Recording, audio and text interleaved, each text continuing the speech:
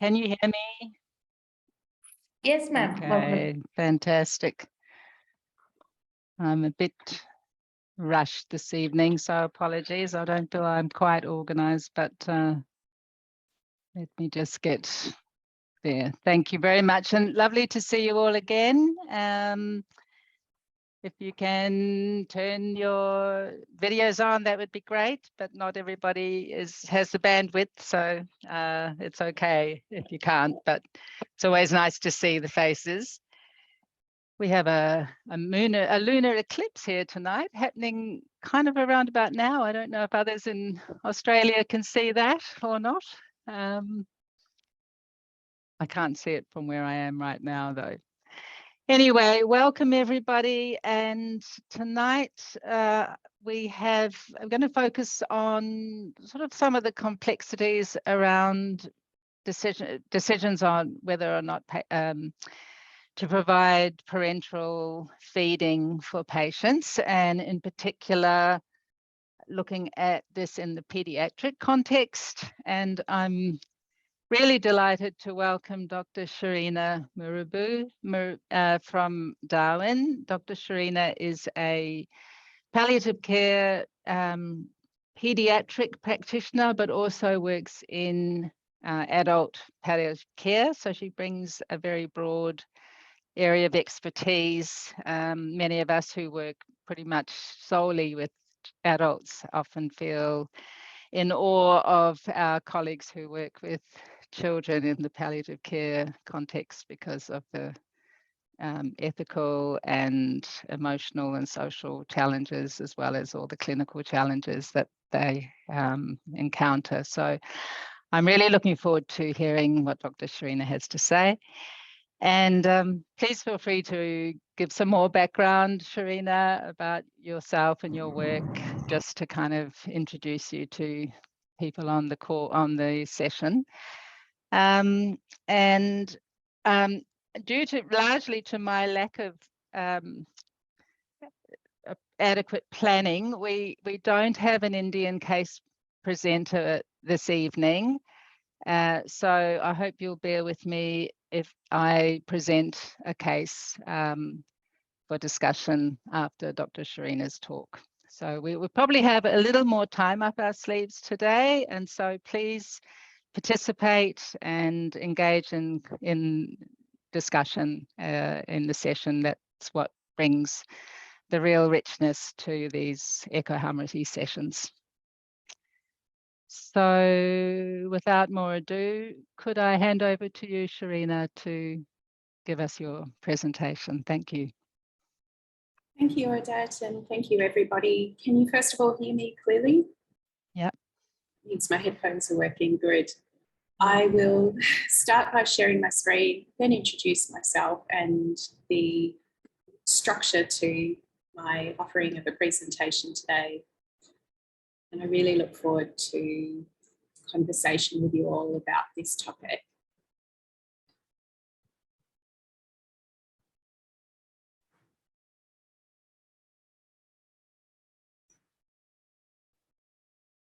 Just come to make that a slideshow and we'll hopefully be on track. I'm hoping you can see a screen with a vibrant picture and the words "feeding dilemmas in palliative care." Brilliant, thanks, Odette. So I'm really grateful to meet with you all today. My name is Sherina and my background is, professionally speaking, that I first worked as a speech pathologist, and so assessment of people's ability to take diet and fluids enterally and the dilemmas that can occur when they can't, the emotional nature of the conversation when feeding ability is diminished is not unfamiliar to me from my first career. And now walking this pathway of palliative care, I'm honoured to meet families who navigate these dilemmas with us, both in the care of infants and young children through to adults of advanced age. And again, the emotional nature of these conversations is really striking. So I first want to let you know where I am because I'd like to acknowledge that I am speaking to you from land that is traditionally owned and cared for by the Larrakia people here in Darwin in the Northern Territory. And I wanted to just pay my respects to their elders past, present and emerging, and also to all the Aboriginal and Torres Strait Islander people that I have the privilege of working with here in Darwin each day. So that's us up there at the top end of Australia, where it's very hot and sweaty right now. And this is a place to put our story within, which is the cultural relevance of our care and a desire I know we all hold to offer culturally safe care as best as we can perceive it to be so, but that needs to be judged by the receivers of our care. And culture also is relevant in this conversation about feeding dilemmas, where feeding can hold huge cultural significance. And this image depicts a model of palliative care designed by Aboriginal people in the Northern Territory, and shows us all the factors that influence their care needs and the pathway that we can support them on.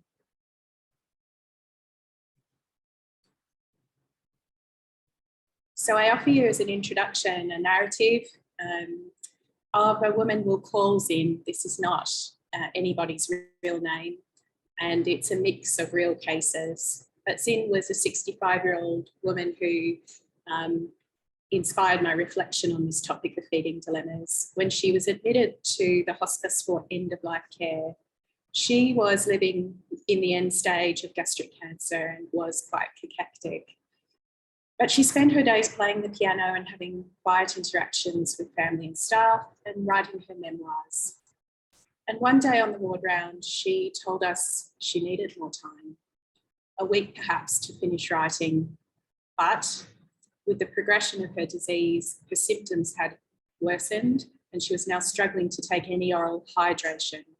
And she'd begun vomiting due to progressive gastric outlet obstruction.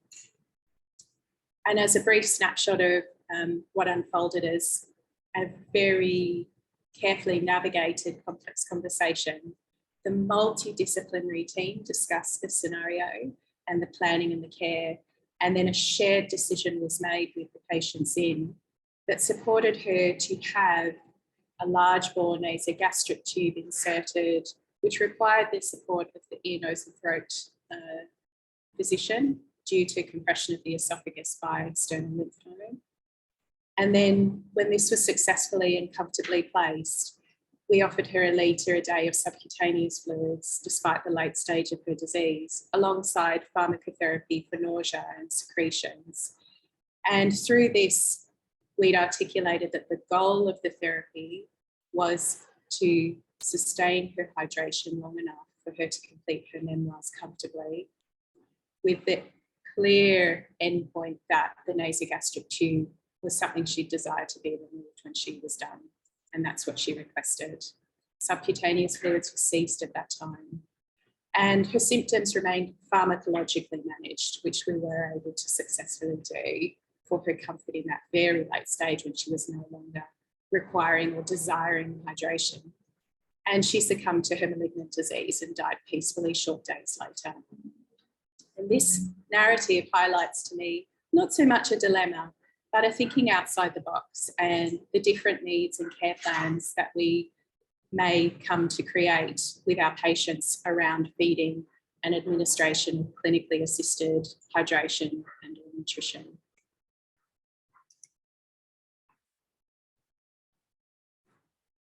My hope today is to explore three objectives: an ethical framework for guiding decisions regarding feeding or clinically assisted nutrition and hydration, meaning anything through a tube, a nasogastric tube, a nasojejunal, a PEG, a PEDG, an IV line. An ethical framework for guiding decisions that are complex. I'd like to explore with you clinical considerations that we hold when we are considering for or against clinically assisted nutrition and hydration in palliative care in late stage disease. And I'd like to also discuss and emphasise that multidisciplinary team approach to care and communication with the patient and the family about their feeding options and how this supports us in these complex scenarios. When it comes to dilemmas, feeding dilemmas, I envisage 3 key scenarios, and please speak with me if you feel there are scenarios I'm not acknowledging. But the first key scenario is comfort feeding with acknowledged risk, meaning generally acknowledged risk of aspiration. And these might be patients who have dysphagia, and perhaps in the context of neurological dysfunction. They might have obstruction of the gastrointestinal tract, or they might have altered sensorium or reduced conscious state. But perhaps the family requests to comfort feed this person. The second scenario is when usually the family requests clinically assisted nutrition or hydration be provided where it's not already being provided, and in the late stage of a disease such as dementia or advanced cancer. And thirdly, the scenario that can create dilemmas for us is when there are decisions for the team to face regarding withholding or withdrawing clinically assisted nutrition and hydration. And I would just comment in the third scenario that whilst they are legally and ethically held to be the same, withholding and withdrawing, I do think they're emotionally quite different. It feels different to clinicians, and this is well documented in the literature, to cease a treatment or cease clinically assisted nutrition and hydration. That feels quite different and more morally distressing, perhaps, than not starting it in the first place often. Why is feeding and this conversation so challenging in care provision? I think it speaks, as we said before, to the central role it can play in the meaning of being the parent to that person, whether they're an adult or a child. And feeding means nourishing, which means loving. And it's such a significant part of care that's present from birth. You know, the first thing we do is put the baby to the breast. And it can persist, that real role of parenting equals, you know, feeding as a role, you know, a role for the parent being significant right through to advanced age. And it can also be a really important cultural role, and food can be seen in some cultures specifically to be healing. I can't give you specific scenarios, but come across different narratives around that. For us, even as the multidisciplinary team, nutrition before late stage disease at least is often an important focus and component of our healthcare. And we make goals regarding meeting people's fluid requirements and nutritional requirements and optimising their nutrition in early and middle stage of a progressive disease, so that we can avoid anorexia and cachexia, we can avoid proximal muscle weakness and falls as long as possible. So it also changes the focus for the team from something that they're used to perhaps prioritising. There can be also disagreement between the family and the healthcare team about what is best for the patient when it comes to feeding, and this can create really difficult communication scenarios and real conflict. And that conflict can escalate to the point of needing external support to navigate the ongoing decision-making, support from an ethics team, for example, an ethics consultation, for example. I think the other challenge is that when this conversation arises, can often be that in scenario 2, where the family are requesting clinically assisted nutrition and hydration, the patient is not able to speak for themselves any longer, or they're an infant. So we can see them as vulnerable, and we feel we're balancing the needs and requests of family alongside the needs of the patient and what's best for the patient. Another scenario that's quite challenging in my experience is if you, as the palliative care team, inherit the outcome of a feeding decision that makes the team feel a bit morally distressed. So that could be either scenario, that either clinically assisted nutrition and hydration was withheld, or it's been continued, and we meet an individual where we feel that that decision has led to either distress for the patient that we feel uncomfortable with, and we feel we might have made different decisions with the benefit of that amazing retrospectoscope that we have in hindsight. And so I have come across that as being a challenging scenario to navigate. And I think that if we consider that once we're giving food or fluid through a tube of some sort, that it can be considered a life-sustaining or life-prolonging treatment to some degree, when we compare it to decisions about withholding or withdrawing a respiratory support, the feeding side of things is a more emotional decision, and that is despite them both being treatments, life-sustaining treatments. One is weighed more emotionally, that feeding one is weighed more emotionally.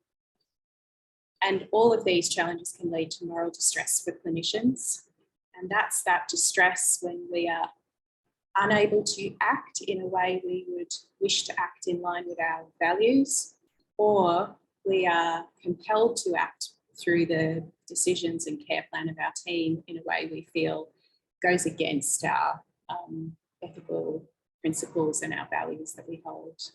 And moral distress can erode the ability to provide high quality patient care, and it's really concerning for teams when it is present. When we think about the key ethical principles to guide care decisions, I know that we hang our coats on the foundations of beneficence, non-maleficence, so the ideas of first do good, do no harm, autonomy and respecting the rights of the patient, and justice, this idea of equitable and fair care across different scenarios. But when I am with my colleagues and we are navigating the ethical challenge of a feeding dilemma scenario, I find we don't speak in that language with each other or the patients. We often turn to these key ethical principles, and they are benefit versus burden. And that effort is made to weigh up what would be the benefit of feeding versus not, and what would be the burden of feeding versus not. And then, because as we know, when there's a real dilemma, there's often no easy answer, no right answer. We're often dealing with we're sort of looking for the least worst option in some ways sometimes. So we aim to minimise harm and look for the pathway forward that would cause the least harm to the patient. And we speak about patient autonomy, whether there are wishes articulated for a vulnerable patient in an advanced care plan. Fingers crossed, often it fits a dilemma there, wishes that have been articulated. And zone of parental discretion is a concept that's arisen through the work of paediatric bioethicists in recent times that defines a zone, a space in which parents have the right to make decisions about their child's care. And then outside that, there's a zone of grey area where it's a bit unclear. And then outside that is a zone where we would say that it's not within the parents' rights to make decisions actually about those particularly serious issues. And so in this space, we try to consider, well, are these requests or decisions around feeding something that the parent has the right to make without our influence, or and potentially when we look at harm minimisation, if there's burden and harm, are we falling into that grey zone where the clinical opinions of the professional team actually need to be balanced with the parents' wishes for their child or infant's feeding. And then we also talk in our ethical principles about shared decision making. And so the best pathway forward, as we know, if possible, is to bring our knowledge, expertise and information to the patient, to listen to their agenda and wishes and understanding and beliefs, and try and integrate the two in order to define a pathway forward that is a shared decision rather than decision given to someone, which doesn't tend to lead to ethically. Sherina? Yeah. Could I, I'll just get rid of, could I ask you to pause just for a minute and Yes. check with the participants, just whether the challenges that you listed in the previous slide kind of resonate with the situation that people are, are they the challenges that people are seeing in India? And if so, are there any standouts there that are really commonly experienced in the Indian setting in terms of, deciding whether or not, or around this whole area of feeding patients? Could I ask for comments? Could we ask for some comments on that?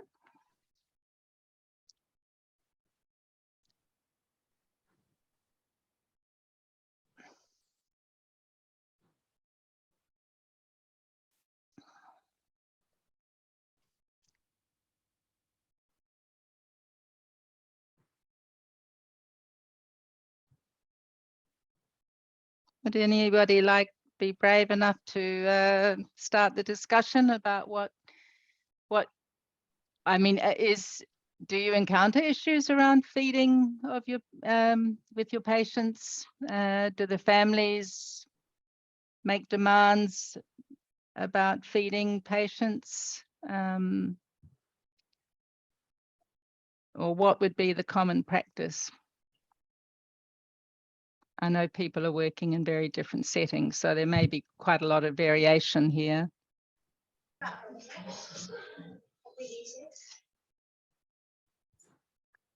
Did somebody say something? No, Doctor, thank you. The mic was unmuted by mistake. All right. That's all right.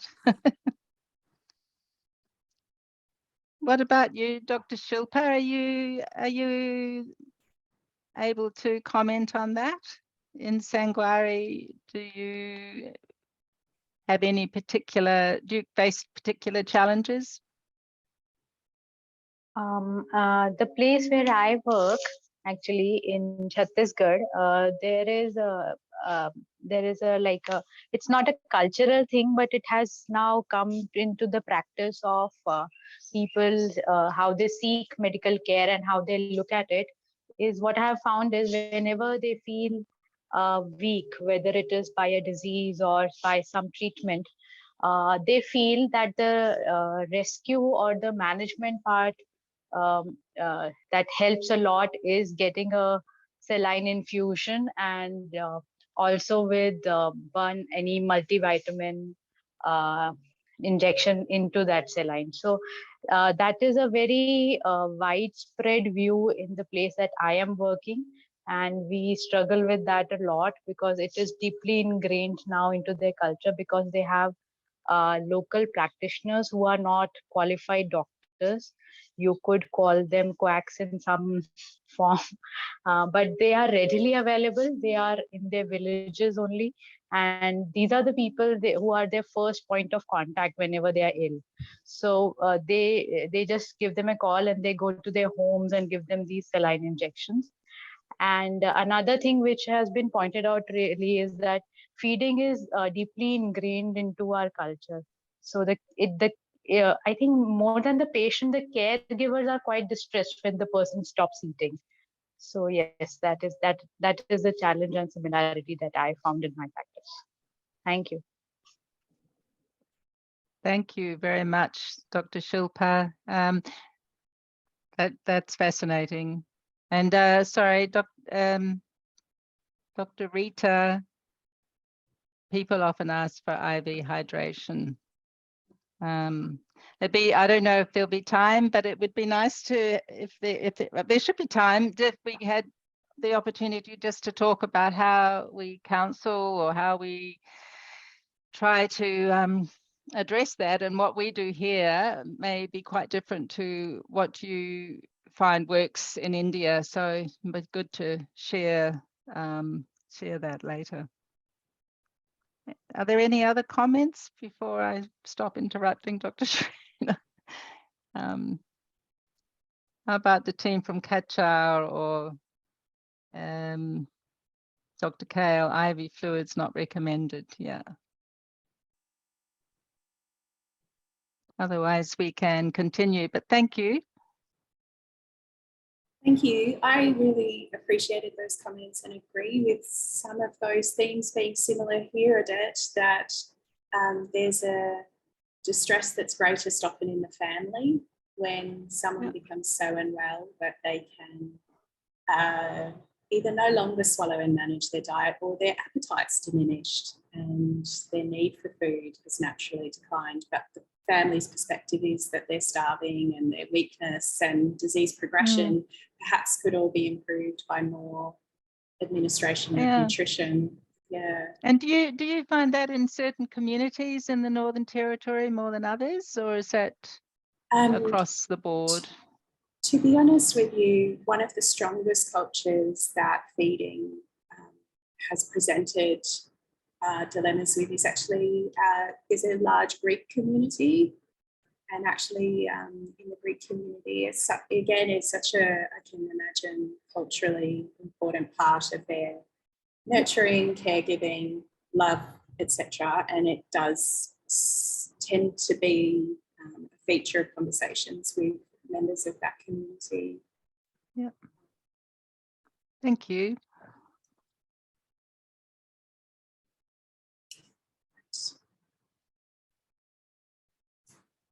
Okay, so we'll take those ethical principles that I know you will speak of in your own practice, in your own words, but put them in our pocket and move forward into considering how to apply them clinically.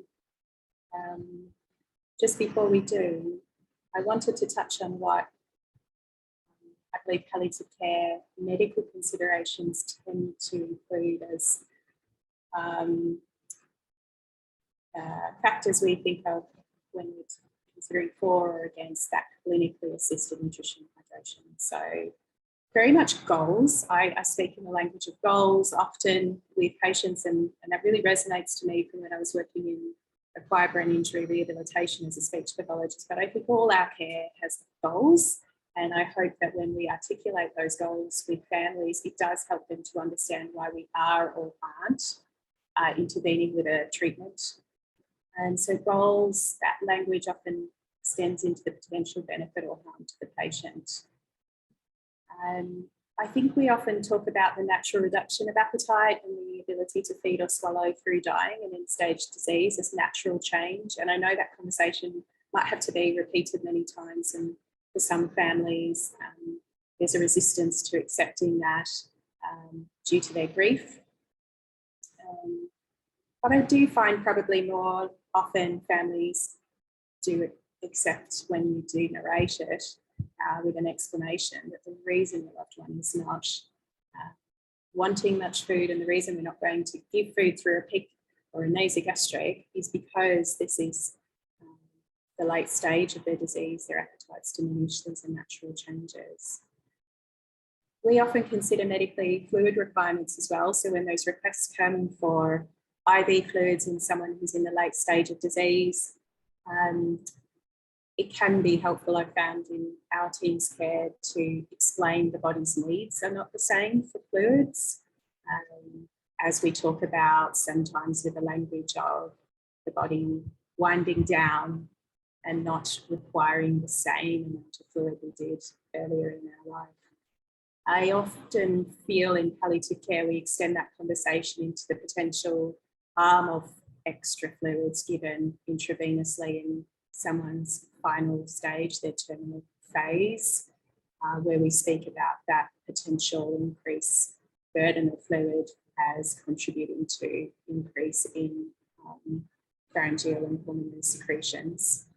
And I do find families generally are receptive to that argument as well when it's explained as a potential contributor to symptoms that they would wish their loved one to experience.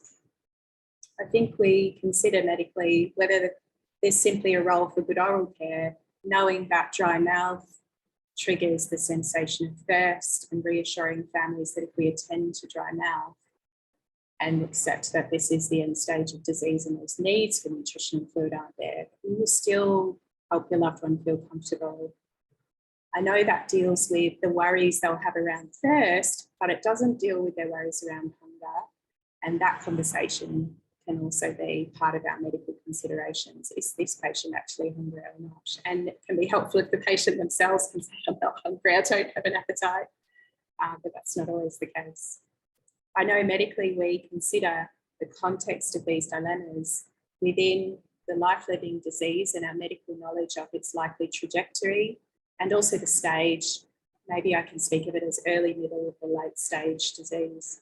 And then again, give that information to the family about decisions and choices around interventions and treatment that are suited to an early stage of disease are not necessarily suited to this late stage of disease. And with our medical knowledge, again, we might need to expand on that to explore with them again potential harms and lack of benefit to the patient, such as someone with an advanced neurological neurodegenerative illness, with dysphagia, where the patient has a history of aspiration and the family are asking for a PEG, and that's not going to remove their risk of aspiration. So, you know, having those conversations with our medical knowledge about the disease, its trajectory and stage, helps us with considerations. I know that we touched on this already, so just briefly mention, we consider that withholding a life-sustaining treatment such as food or fluid through a tube can be considered ethically and medically reasonable if it's non-beneficial or harmful, and that would be considered the same for withdrawing. But as I said, they can feel very different to the team. I think we also consider medically the potential to prolong life versus whether we're prolonging dying. And again, in late stage disease, that is the dilemma. When the family's requesting clinically assisted nutrition and hydration, the goal might be to prolong life, and we might gently navigate the concept that actually it might be prolonging dying and bringing symptoms to that loved one that they wouldn't ever wish for. I will present a paediatric case. I used the lovely structure of the Palliative India slides, so there's a little bit of medical detail that you may not wish for, and so I will go through as quickly as I can, but please stop me if it doesn't make sense. This is the scenario of a baby who, again, is based on a conglomeration of cases. So an 18-day-old baby girl with a diagnosis of hypoxic, ischemic, and encephalopathy. The presenting complaint for palliative care is that the baby was referred at day 18 of life by the neonatal intensive care unit for support with comfort care, discharge planning home for suspected end-of-life care, grief and bereavement support to the parents and sibling, and as part of that sibling support. The history of this baby girl's illness was that antenatally, her mother was G2, para-1, well, and had no medications, so an unremarkable antenatal course. But sadly, she had presented with acute severe EV bleeding, severe abdominal pain, and frequent uterine contractions. And all of this was consistent with placental abruption, and the cause was unknown. And this meant she needed an emergency cesarean section to deliver this baby and save both the mother and the baby's life. After delivery, the baby's APGAR at 10 minutes, which is very helpful prognostically for us, was 5, which is concerning. And at 10 minutes, the baby still needed positive pressure ventilation due to hypoventilation. So intermittent apnea was. The baby had a first chord pH of 6.9, which was taken within a short time after birth, and base excess of -12. And the baby clinically was lethargic, had decreased activity, low tone, a weak suck, an incomplete Moro reflex, and periodic breathing. With those concerns in mind, the baby was intubated and ventilated from the time of resuscitation in theatre, received IV access and a fluid bolus, followed by a patch blood cell transfusion, and was transferred to the neonatal intensive care. And a short overview is of what you consider, I suppose, very guideline-based, standard, good quality care for a baby who has experienced a hypoxic ischemic event like this. So this baby was assessed for whether they met criteria for therapeutic hypothermia, and they did. So that commenced, which meant they also needed to continue intubation and ventilation during that period. The baby had lines placed for monitoring blood sampling, infusions, transfusions, and required intravenous sedation with low-dose morphine, particularly to tolerate that ongoing intubation. The baby had monitoring for seizures, and I highlight that there were no clinical or electrographic seizures during this period. The baby had a coagulopathy, which we contributed to by both the initial event as well as cooling, and required blood product transfusions. Electrolyte imbalances were corrected. A standard fluid restriction took place during the period of therapeutic hypothermia, strict fluid balance, and when it was appropriate, some trophic enteral feeds were introduced via either a nasogastric or orogastric tube. Psychosocial aspects are really important because we're going to talk about a feeding dilemma. This was the second child born to parents in an urban environment who had migrated to the country from an Eastern European country, and their extended family were entirely overseas. They were holding all the medical information and their grief close and not wishing to burden their family overseas or their small number of close friends locally. So they hadn't shared news of this serious progress with anyone outside of the parental group. There was maternal guilt regarding the infant's perinatal course, despite the fact it was completely unexpected and out of anybody's hands. And both parents understood the medical information. They were really aware of the guarded prognosis, and understandably, the mother was keen to bond with her baby and grateful for any time.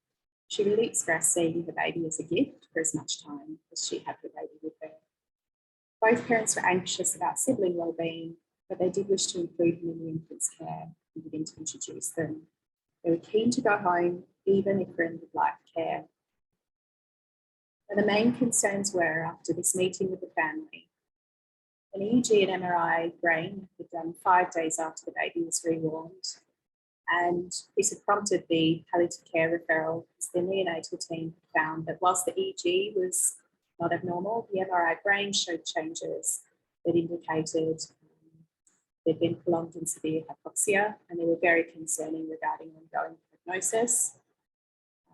I think the narration of that was that for the neonatal intensive care team, they felt this baby was high risk of dying in the coming days.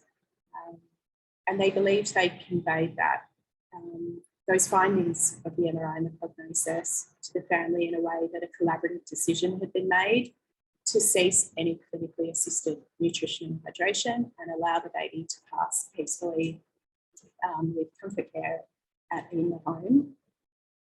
However, when palliative care met the neonatal team and the family together, the baby on examination was very vigorous, much more vigorous than anticipated compared with history.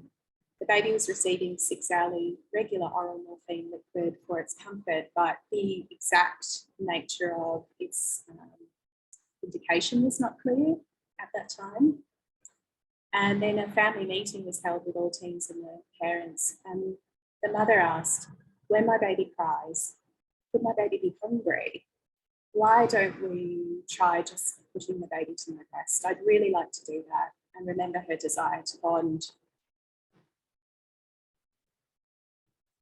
My discussion points with you based on that story are to consider the ethical principles and our medical considerations around how we would answer that mother's question.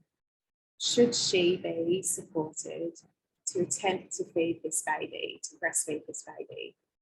And this would be a summary of those ethical considerations from the previous slide and our medical considerations. Would anyone like to comment? Do you feel that we're clear on the phase of this baby's illness, the trajectory? Does anyone have any concerns or questions about this baby's course?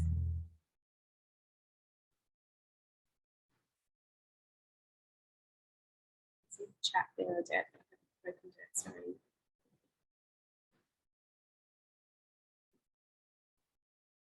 No, it's a great case to bring up and invite discussion. Thanks, Sherina.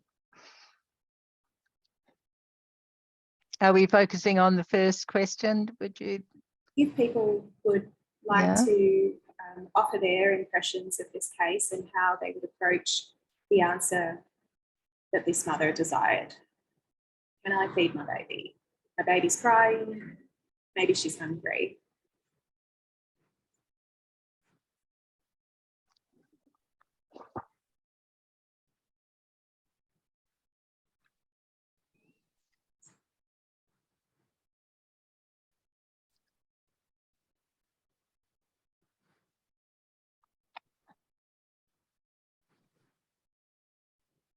And there's no right answer, really, is there? So please, happy to sort of hear any impressions.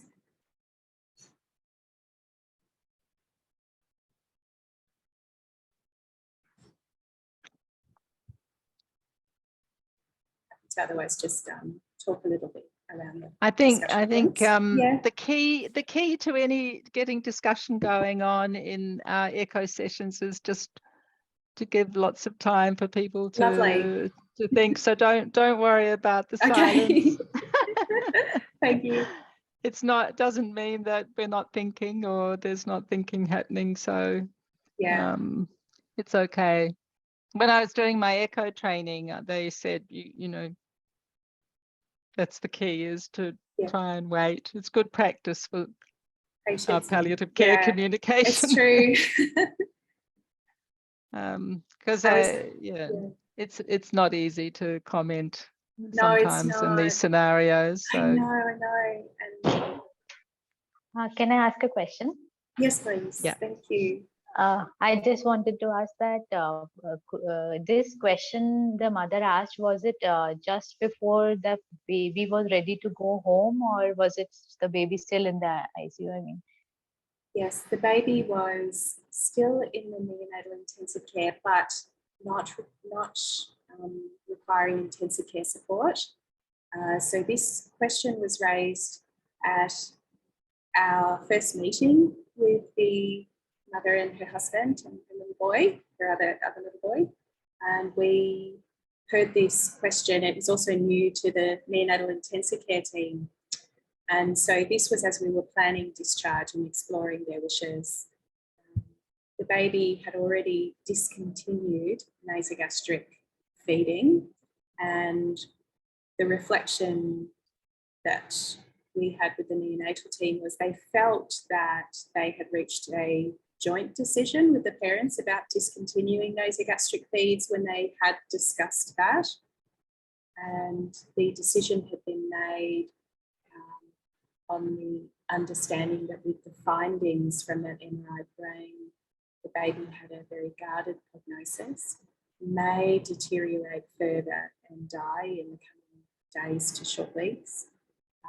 But if this baby did survive, they would usually speak also about living with varying degrees of severity of neurodevelopmental disability. I don't believe that side of the conversation influenced the parents. I think the parents believed when they spoke to us that, well, their baby was dying, so of course we'll stop the nasogastric feeds. That makes sense to us. However, when it comes to breastfeeding and the idea of relieving crying through something so simple that will also allow bonding, it's a different conversation to the nasogastric feeding conversation. So what was the time interval between stopping the nasogastric and the palliative care consult? Was it the next day? Very short days. I wouldn't be able to tell you exactly, but perhaps 2 or 3. Short days. Yeah, very short days. So only a short time. And all that time, the child hadn't had any sort of nourishment at all. Yeah. So the baby, it's interesting you asked that. So the morphine liquid was being given regularly 6 hourly, but also sucrose, liquid sucrose in small aliquots for crying, which was providing glucose as well, which always provides just a little blip of glucose, but babies are incredibly resilient as well as vulnerable, and sometimes those little bits of glucose can really sustain. I imagine the glycogen stores for this bub have been well stocked with the preceding feeding and IV fluids as well, which would have had dextrose in them. So any other thoughts or questions to help answer the mother's question from the group? Any other? What else might you like to know or be thinking about as you're trying to come to an answer, or some kind of approach of an answer?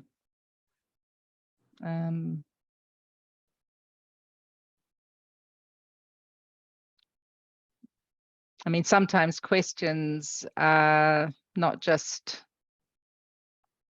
simple, are they? There's a lot behind a question. So for me too, sometimes you're wondering, well, what really is this mother asking in that question? Is she wanting to know something about how close she can get to the child, or how the dangers maybe of breastfeeding, or how would you explore that question? It's sometimes we think we just have to come out with a yes, it's safe, no, it's not, but maybe there's more of a conversation to be had. Dr. Rita, do you want to make any comments, or Dr. Catherine, from your experience of these things?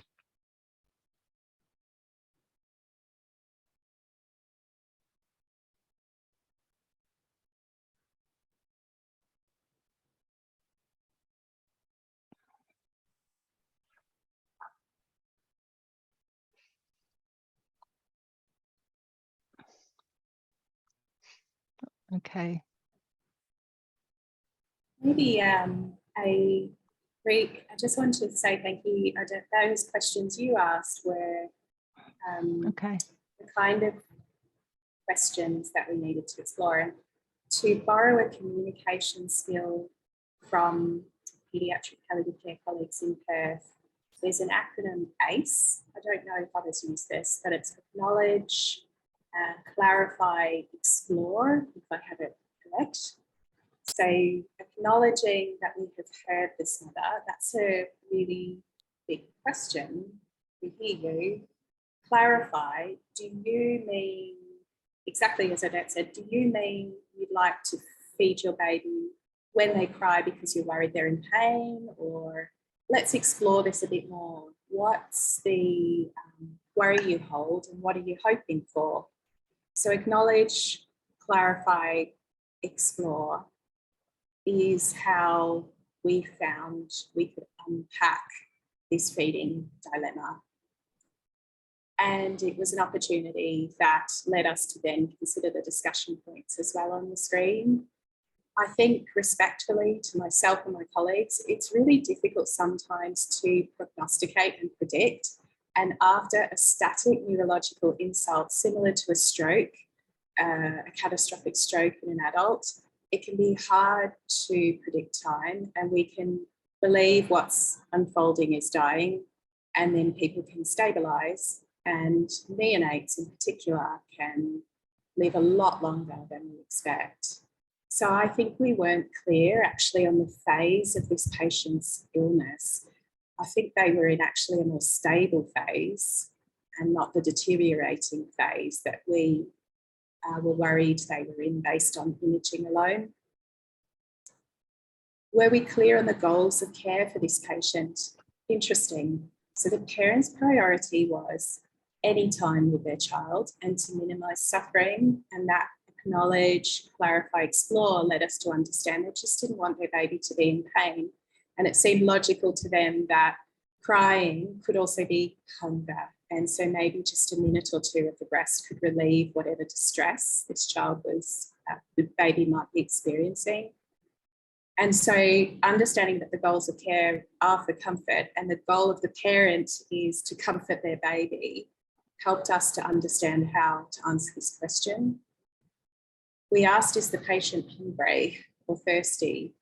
Now, sometimes the answer to that, the test is the treatment. So maybe we needed to do a short breastfeed if it was safe and see whether that was the solution, if that was going to be reasonable, minimise harm, etc. So the goal was comfort. The potential benefit was not just comfort, but something much broader, memory making, where the mother and her family can have this incredible experience of comforting their child themselves, not just with medicines, and time to bond and hold their baby. I think acknowledging the potential burden, it comes back to that question of, are we prolonging living or dying when we introduce fluids and nutrition? Could we potentially lead to an episode of aspiration that could be quite traumatic for the mother to witness if she's just been feeding her child and they choke on the breastfeed? So really taking this seriously and not jumping in with a yes or a no answer, but working through these discussion points. I think the other thing is we talked about autonomy as an ethical principle, and for parents that's called the zone of parental discretion. Does this decision actually, it's just something mum can decide, and do we really need to weigh in? And I think I don't have a clear answer on that. I know many families who return to remote communities here and acknowledging that they might have had conversations that their baby appears to be dying, and everyone has ceased those gastric feeds and they've gone home, will actually then feed, they'll breastfeed as best they can because it makes sense. You know, that's what I do as the mother, and it's comforting if possible, and it's culturally really, really, really important. So maybe this decision actually is the parents alone to make. These parents had a decision-making style, though, that was very collaborative with the team, and they appreciated information to support them, and they wanted to make this decision together, particularly to optimise the comfort of their baby and avoid any risk of harm. So if we're going to move forward and say, yes, let's try this, let's try breastfeeding your baby when they cry, how can we minimise that risk of harm? And if we don't feed again, how can we do so? There's some great comments coming through. Yes, Sherina, I was just going to ask you to take a quick look. I think, thanks, Dr. Rita. I think we're all feeling our lack of expertise, really, with, you know, neonates and pediatric palliative care. And yet, I guess what you're pointing out is more sort of reinforcing those principles of good communication, of making sure we do understand what really is being asked. And but is there a safe, what would the risk be of causing harm, for example, in this instance with the risk of aspiration? Or if the child can actually has the neurology available still to be able to suckle, would that also mean that they would have reasonable airway protection? Is there some, That's correlation there? Yes, absolutely. Please think of this baby with the lens of your adult expertise. If you had an adult with a serious traumatic brain injury or a catastrophic stroke, I would approach it with the same discussion points and think about their ability neurologically to protect their airway and coordinate a suck, swallow, breathe cycle in answering this question. I suppose the adult scenario is the family might want to use a spoon and put food or fluids in their loved one's mouth who has a serious neurological impairment. But I would use the same discussion points to work through how we answer that. So for this baby, and maybe in the interest of time so that there's more opportunity for you to share a case and for us to talk, would you like me to give you a snapshot of what did occur to answer that question? I think so. Thank you. But don't feel rushed. I think the discussion is still good, and we're all learning from pediatric scenario? Thank you. So I felt that this was a scenario, back at the beginning, I talked about 3 scenarios where dilemmas occur. And the first was when there are requests to comfort feed with acknowledged risk. And I think this is a scenario of comfort feeding with acknowledged risk, but the risks, to be clear, are risk of aspiration and risk of either prolonging living or dying. And I highlight prolonging living as also a risk because perhaps this family had made that earlier decision with the team to cease nasogastric nutrition, knowing the MRI results and feeling, based on their knowledge and experience, that the baby would have a life of intolerable suffering with the resulting neurological disability. And many loving parents would make that choice with the treating teams in this sort of very serious scenario. At the same time, many loving families will make the opposite choice and request to continue nasogastric feeding and to pursue the child's care through a neurodevelopmental disability pathway. So both can be ethically reasonable. But in this family situation, because they had gone down a pathway of expecting end-of-life care, if we introduce more calories to this baby and the baby can feed, then we potentially prolong either living or dying, depending on what's unfolding. So we approached it the same way we would with our adults. We undertook a speech pathology assessment. Mum really had the priority goal of optimising comfort, minimising harm. So the baby was able to take small amounts of express breast milk via syringe and demonstrated a sucking movement with that syringe and was able to swallow safely. No overt signs of aspiration, no coughing, spluttering, no drop in their saturations, no crackles in the chest. But the baby did have difficulty coordinating the breastfeed, which is much more challenging. So had difficulty latching, and they weren't initiating sucking on the breast, sort of just wait and not do anything. Now I emphasise though, could that be neurological impairment or could that just be a newborn baby? Sometimes it doesn't kick off from the beginning. And interestingly, what happened, so this baby went home for still suspected end-of-life care, comfort feeding via the syringe for episodes of crying, which it did relieve. So presumably this baby was hungry. They weaned off the oral morphine because we weren't clear what it was for. And also this was now a different comfort option. And the mother and father found that the baby was progressively able to take larger volumes of feed, and they rapidly progressed from the syringe to a bottle with no aspiration or vomiting, and they gained weight. So this baby is living, this baby is not dying. So we've gone down that pathway of accepting and acknowledging the risks of comfort feeding.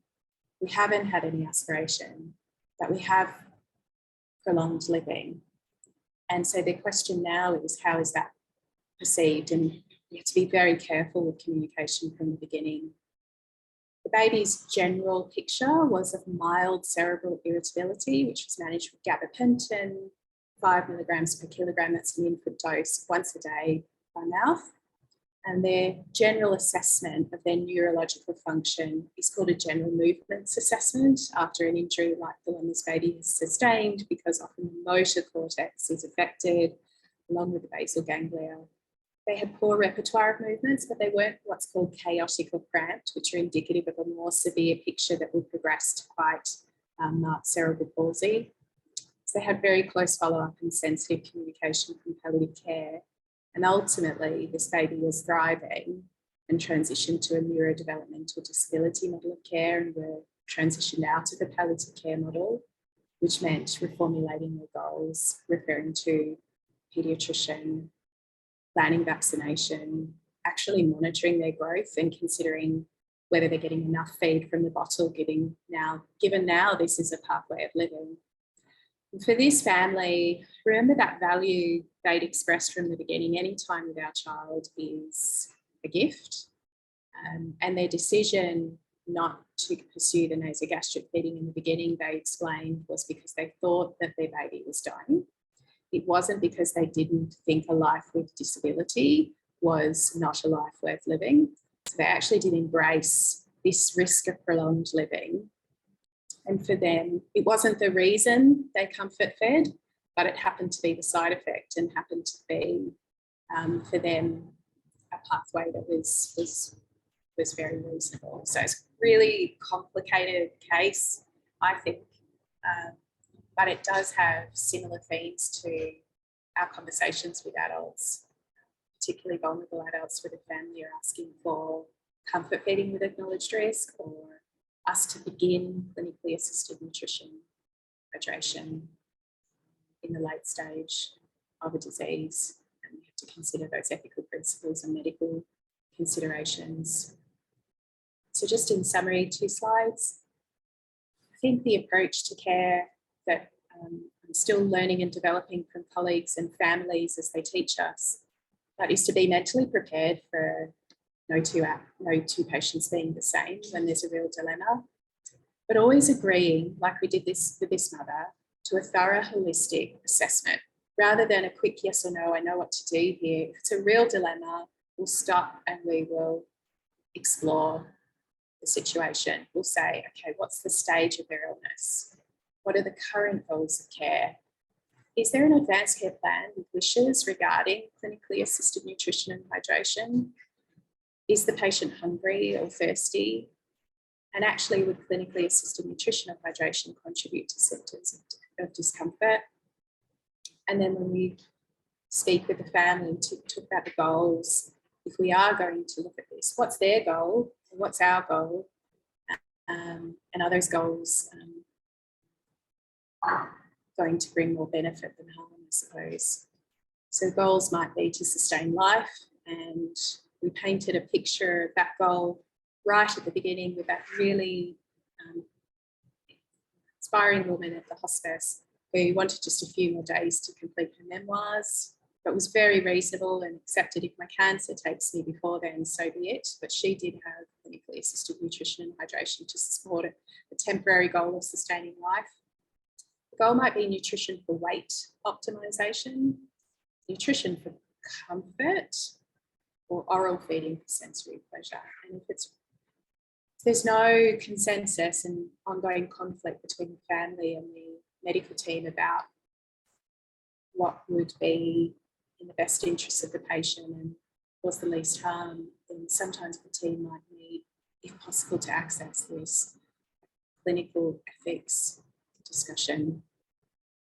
And lastly, whether we're continuing or introducing clinically assisted nutrition and hydration, I believe we emphasise to the family that the patient will receive high quality care addressing all their symptoms. And we can always talk about trial and review, a time limited trial and review for the benefits and harms, always maintaining sight of the goal and whether we're actually working towards that goal.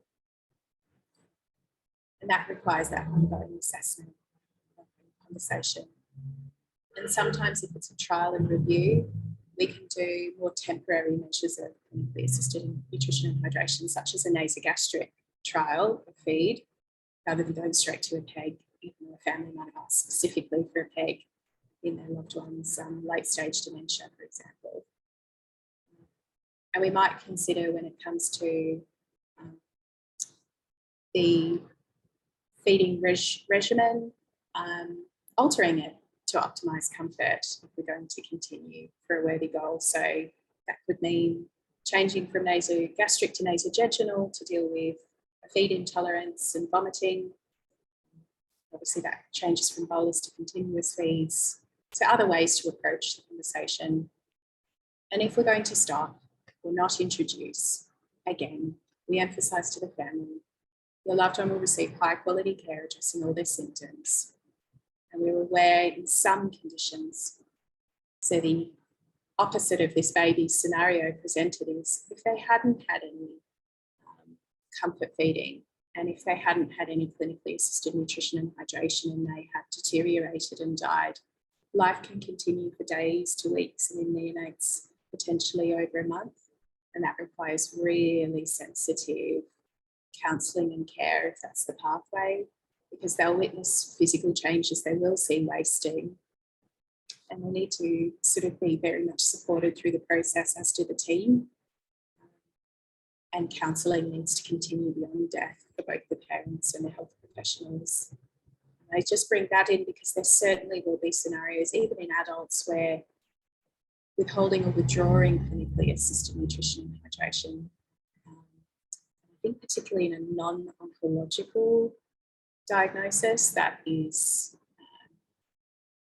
really severe and has impacted significantly on someone's neurological function, that this pathway can be ethically reasonable and can be taken, but people can be more slow to deteriorate and die. And so great care needs to be taken.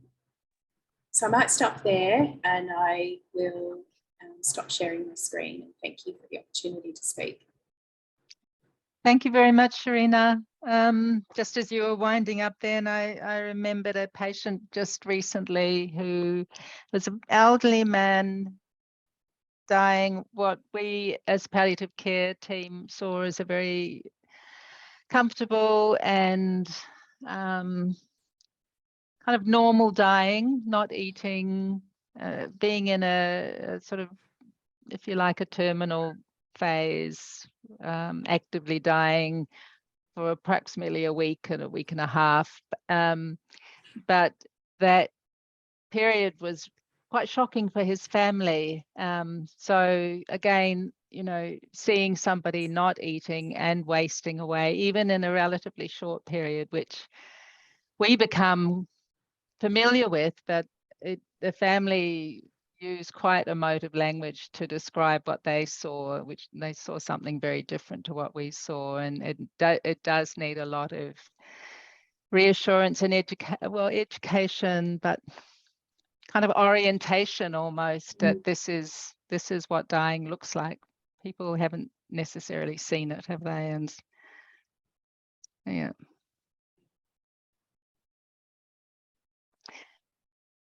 Any comments anybody would like to make, or any questions of Sherina before we move on? I'm sure this is a really sensitive issue in India from what I've seen traveling there and teaching there and going on wards and clinics. As you say, the cultural context of feeding is really strong, and strong in the Indian cultures. And probably can cause quite a lot of conflict between medical teams and patients at times, or families. If there's no comments, or would anyone like to make a comment before I move on? Share any other examples?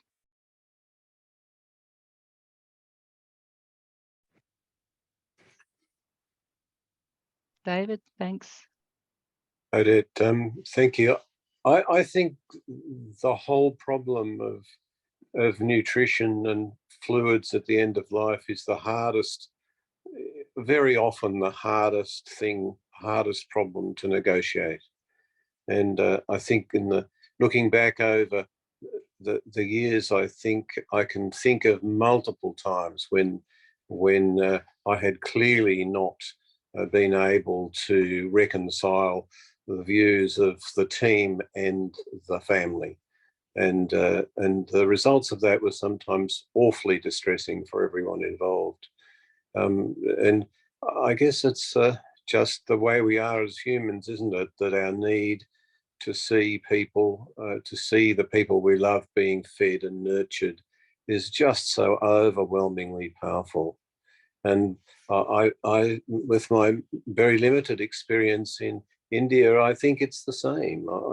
I guess the cultural ways in which we express that differs, but the power of the need is the same for all of us. Yep. Thanks, David. I agree. a very hard thing to watch. Mm. Okay. Well, unless there are other comments, I can just present a case of delirium. So a different case, a different topic, but I guess I thought I'd present this case because this patient, because in fact we've really struggled to manage this delirium and to understand what was happening. So I was hoping that I might pick other people's brains here and see what your thoughts are on what was going on. So I'll try and just, I have gone into a little bit of detail about the background just because I hope it's relevant, but I'll try and go through it quickly so that we get to the discussion. Let's see if I can share the screen. I saw Gary was here earlier, but I think she may have had to go, so that's a shame. She was our expert a few sessions ago. Can I share the screen? Here we are. Beautiful. Thank you. I'll just go to the beginning. Okay. Can you all see that as the presenter screen, or can you see my notes at the side as well?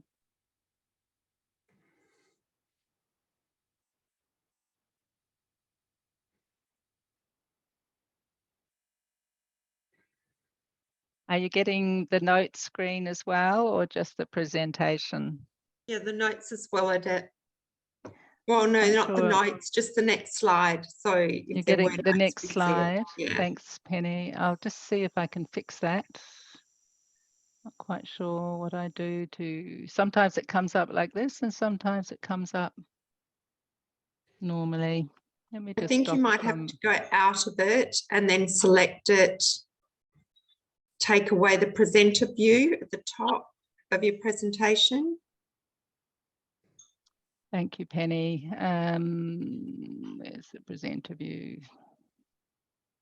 I'm trying to think what it looks like. Yeah. Sometimes it I comes think up it's, just automatically. is it just under view? View, Is there view. one that's called presentation or view? There's or one something? that's notes. Maybe it's that one I need. No, I that's think not right. it's something like presentation. And then if you click down that, it's a subgroup of that. Okay. Slide view, maybe. Slideshow. Slideshow. And then is there something on the side of that? Use presenter view. Is that the one? Untick. No, untick thank that. you so much, Penny. That's okay. Let's see if that works. Let's try again. Sorry for the delay, everyone.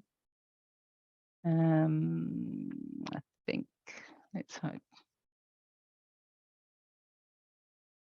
Still not letting me do it, is it? We've got the right thing now. Have you? You haven't got the slides at the side as well? No. Anyway, okay, lovely. All right, so Mr. R.A. is a 72-year-old man with a metastatic gastric adenocarcinoma. His history goes back a year. Sorry to disturb. Slide was Sorry. not changing. I beg your The slide pardon? is not changing. The slide is not changing.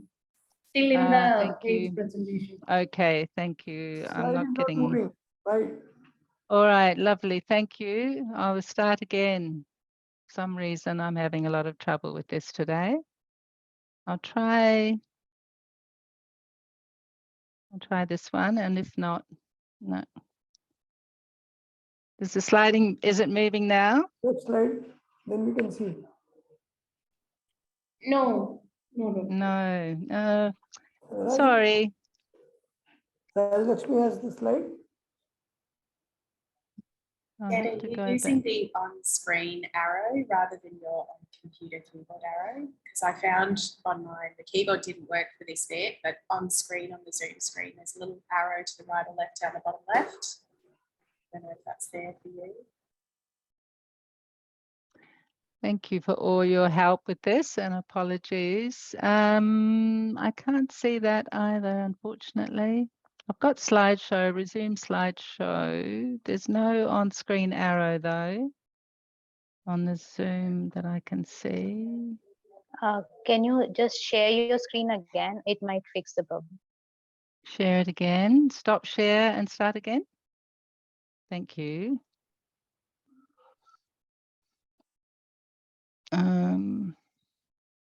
Trouble is, I think I have too many versions of this open, so is that any better? Still on Can the you see? Move to the next Can you slide then. can you see the second slide? No. No. Oh dear. All right. Maybe I should stop wasting your time. I could email it quickly through to you. Sure, Dr. Odette. You can mail it across to Tips Echo and we will share from our end. Let me do that just quickly. And then if you can do that for me, that would be the time said. Unfortunately, with the distribution of his disease and the high-grade histology features, I think the oncologist said, I think it's more likely than not that this man's malignancy will progress to rapidly without treatment. Now, do you have could you go to the next slide, please? Thanks very much, Raju. So now we're in business. So as his ECOG was 1, so good performance status, he was commenced on fairly intensive chemotherapy, albeit palliative intent, with 5-FU, folinic acid, oxaliplatinum, plus adding nivolumab immunotherapy, which apparently increases their response rate.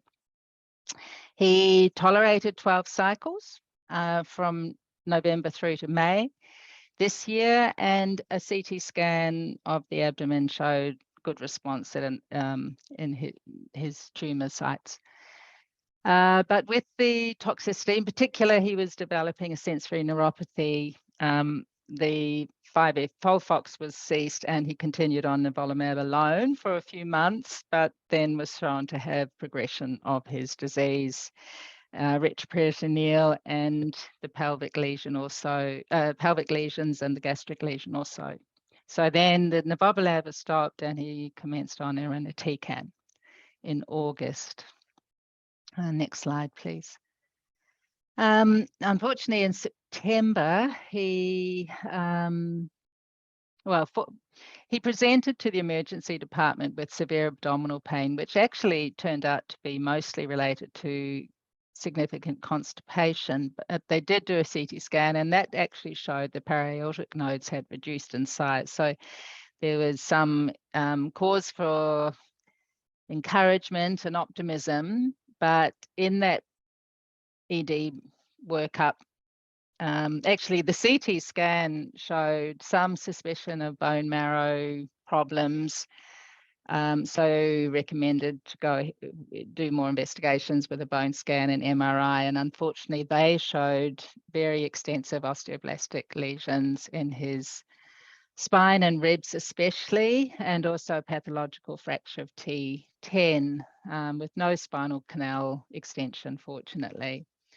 Also, brain scan showed white matter ischemia, but no metastases. He was reviewed by radiotherapy, but had no localized sites for treating. And he was referred to a dentist for dental review prior to starting some denosumab or other bisphosphonate, although didn't get to that dental appointment. Next slide, please.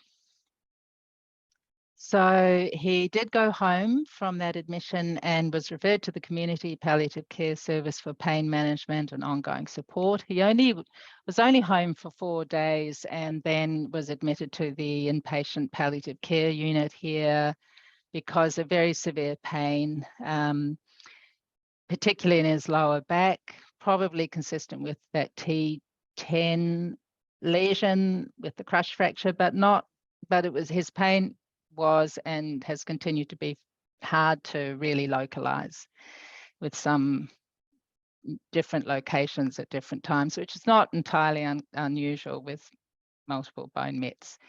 He also had a number of other symptoms, including delirium and fatigue, loss of appetite, constipation, and insomnia. Next slide. So these were his medications on admission. So Emiscontin 30 BD, so a reasonable dose, but not a super high dose.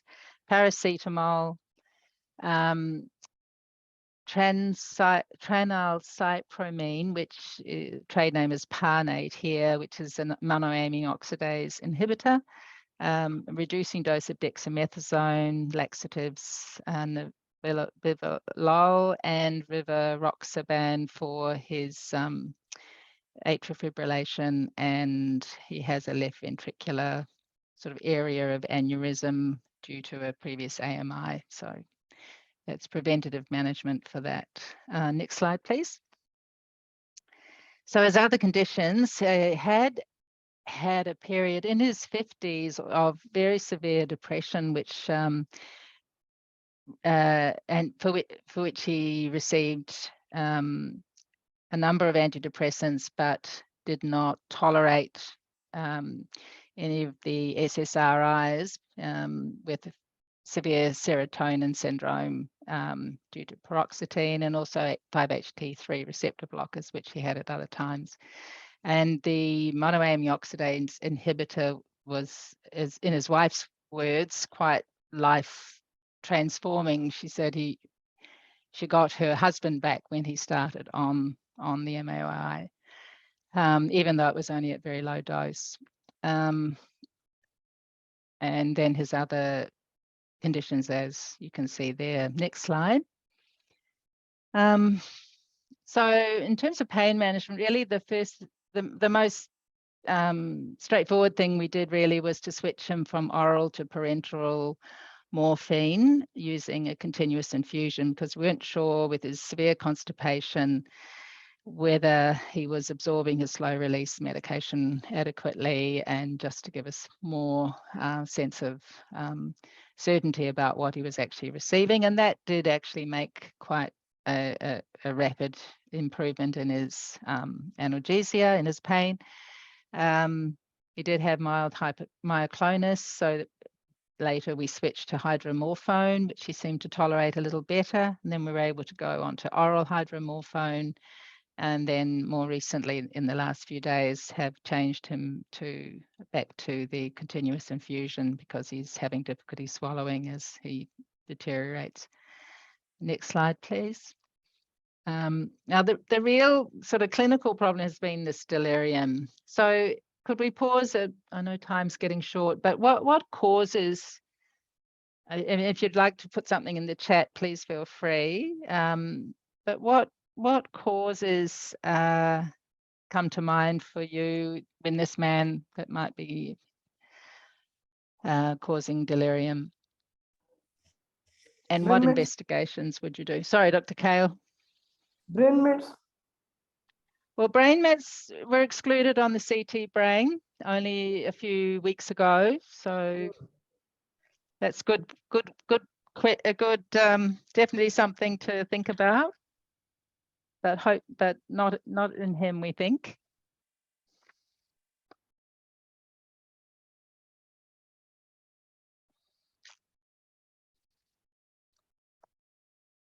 Anything else with his history of osteoblastic bone metastases?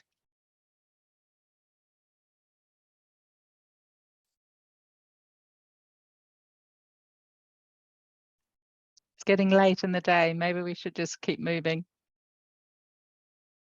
Hypercalcemia. Thanks, Penny. I think that's something to be thought about. Calcium. Thanks, Shilpa. Dehydration. Yes. And what investigations would you think would be reasonable to do? Constipation. Thank you, Shilpa. Infection. Thanks, Penny. These are all good suggestions. And very relevant to this man's condition. I think what troubled us with this man is he actually looked quite well, certainly on admission, despite having such widespread disease. And sometimes his delirium took the form of vivid hallucinations, where you'd walk into his room and he would hold his hands up in horror and tell you not to move because he could see something terrible that you were about to walk into. And then other times, an hour or two later, you could have quite a reasonable conversation. So really extreme fluctuations, which were really difficult to. Yes, you do have to suggest medications, Penny. Oh, as a cause rather than as a treatment. I see. Yes. Any particular medications that you're thinking of? I might just go off mute. Well, obviously he's had quite a few changes to his opioids, and we don't know what's happening with his organ function. Yes. He's also got his MOA, which can interact with most opioids. So whether it's he obviously could manage it with his morphine, but maybe his hydromorphone has been a problem with that. I'm trying to think what else was on the medication list. Shall I go back? No, I can't. Yeah, go back, please. but it's like one of those children's It's late games. at night. Yeah, no, I think the points are well taken. So he had some paracetamol, he had rivaroxaban, he had nebivolol, and he had a beta blocker that can cause he had a beta delirium. blocker. Yeah, low dose, but yes. Yeah, but depending on what's happening with everything else. Anyway, I think the pharmacist has made her point. I think she has. And he also had nivolumab in the past, and that's something we started to wonder, could he be having some, one of the autoimmune encephalopathy? So we were quite troubled with this delirium. Okay, next slide. Thank you for those suggestions. So these are the things that we did look for. So we checked his thyroid function because there had been a past history of sort of subclinical hypothyroidism, but there was nothing too dramatic there. His TSH was a tiny bit raised, but T4 was okay.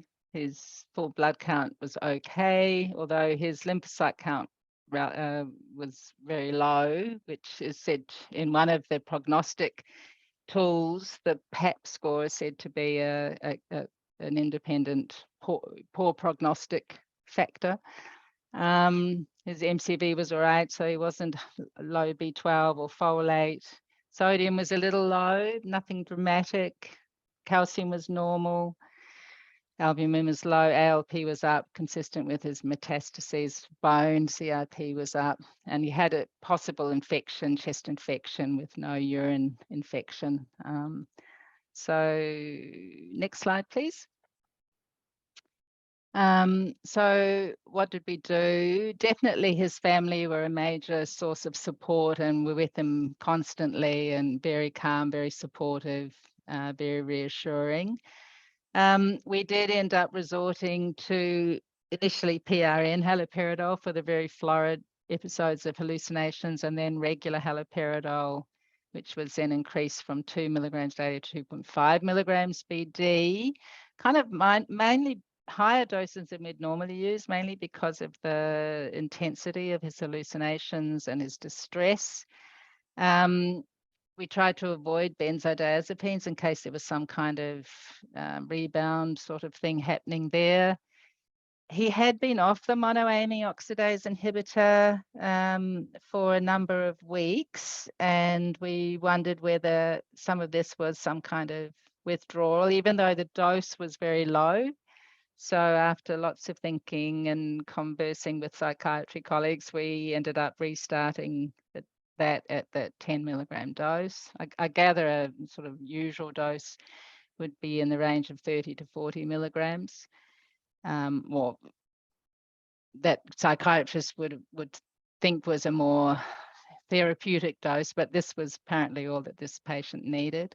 We did treat infection. We considered high-dose steroids, but he did have a lot of agitation with the steroids that were used during his chemotherapy. So we never actually went down that path, and there's really difficult to diagnose that. I think it's predominantly a clinical diagnosis, and in the context of this patient's trajectory and so on, and all the other potential factors, we didn't, and the possibly the risks of the high dose steroids to make the situation worse, to make his agitation a problem. We didn't do that, and we did give him some pamidronate for his bone disease. We wondered about paraneoplastic syndromes that could be causing the delirium, but again, there's no specific tests that we could do, we thought, for that. So next slide, please. I suppose psychosocial aspects, married for many years, very close relationship, had worked as a science high school teacher, had a strong Christian faith, which was a big part of his life, and community, had one son teaching in South Korea and one son working in New Zealand, both of whom came to be with him. Next slide, please. And I suppose the main concerns for him and his family was the impact the delirium was having on his end-of-life care and planning. We'd hoped that he'd be able to go home, but this was proving difficult because of the delirium. The importance of maintaining his dignity, not wanting to return to the acute hospital setting, wanting to have what was possible to have in the hospice setting, the level of care that we could provide and the level of investigations that we could do.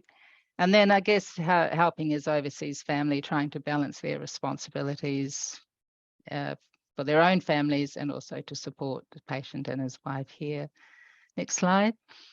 So I guess, sorry, we can leave next slide after that.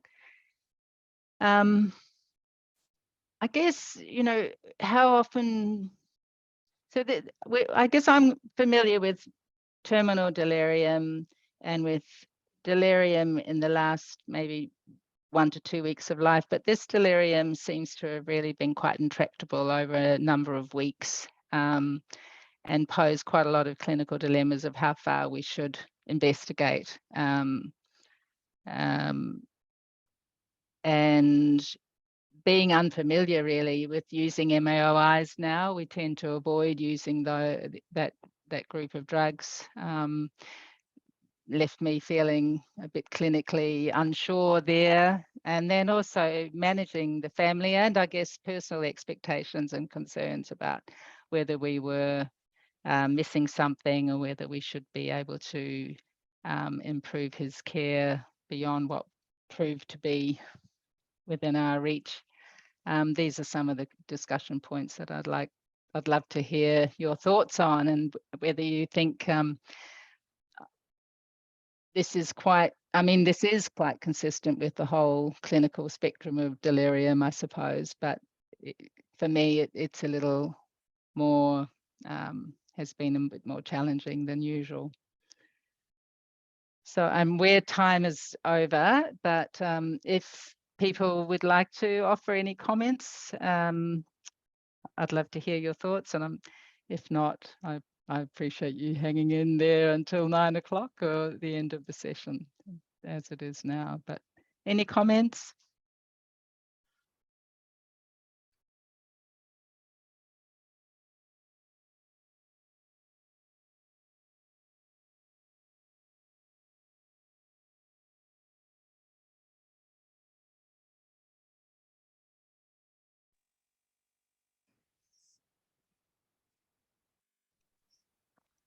Thank you, Dr. Kale.